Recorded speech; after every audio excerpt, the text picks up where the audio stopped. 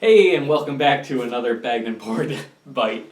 Here we're bringing you this week the card coaster game, kind of Skull, designed by Javier Marley and distributed by Asmodee Publishing. In this game, it's a bluffing game. It's just a social dynamic game. It plays between 3 and 7 players, right? Yep, 3 to 6, sorry. 3 to 6 players, all taking control of a different tribe. You know, if we're trying to get into the lore of the game, you don't really need to worry about that. All you have is a handful of skulls, or a handful of flowers, and one skull, as you can see in the box. So this is Skull. This is everything you get in the box. And for a $20 game, these cards, luckily, aren't just cards. They're actual big, thick coasters. Pretty nice. A lot of really cool artwork on each and every one. A lot of care was taken on making them all seem different, as you can see, front and back, and also the flowers. Like we said earlier, this was a game that had a different type of art scheme. Originally, it was called Skull and Roses, where it was biker themed, and that was kind of off-putting. Luckily, they redid it in the Sugar Skull type narrative, or type theme, and I like it a lot better. One of the best things about this game is really just the beauty of the pieces that you're playing as.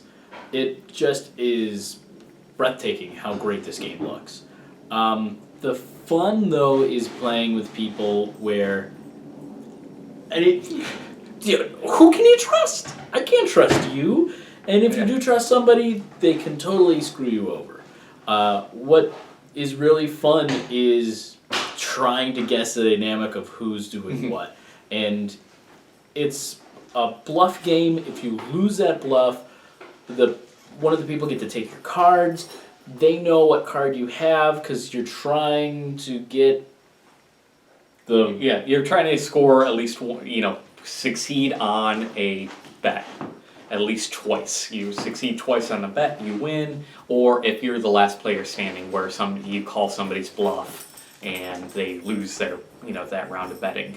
It's very similar to Liar's Dice, if people are familiar with that game, but it's a lot quicker because you don't have all the different dice, and because it's just 4 cards. But it can get pretty intense, and it's something where you really want to make sure you know the rules fairly well when you teach it. It's a simple game, but you want to make sure you have those rules locked down, because the whole bluffing dynamic lands on those rules being correct. Because if people are playing where they don't know that they have to show their cards first, the bluffing aspect is gone. Because at that point, they are no longer really bluffing, it's just them guessing.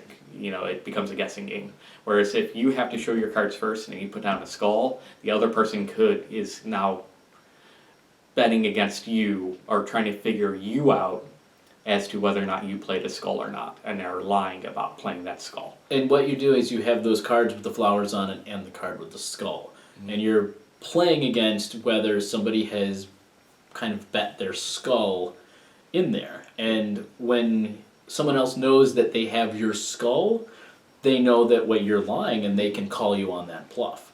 So that's one of those big things about calling the bluff, is knowing if you have somebody else's skull. Yeah. Once the game goes around a couple rounds, it can go by a lot quicker because there's more information out there on the table.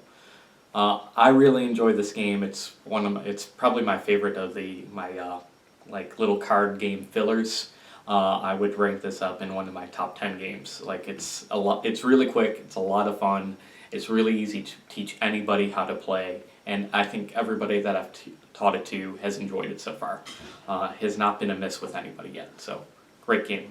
It's one of those games that we also reviewed, like Kittens in a Blender, where, yes, I've played Kittens, but a lot more than this, but if I was given the option, I probably would take this over Kittens in a Blender. Alright, if you like these reviews, keep on watching our videos over on the other side.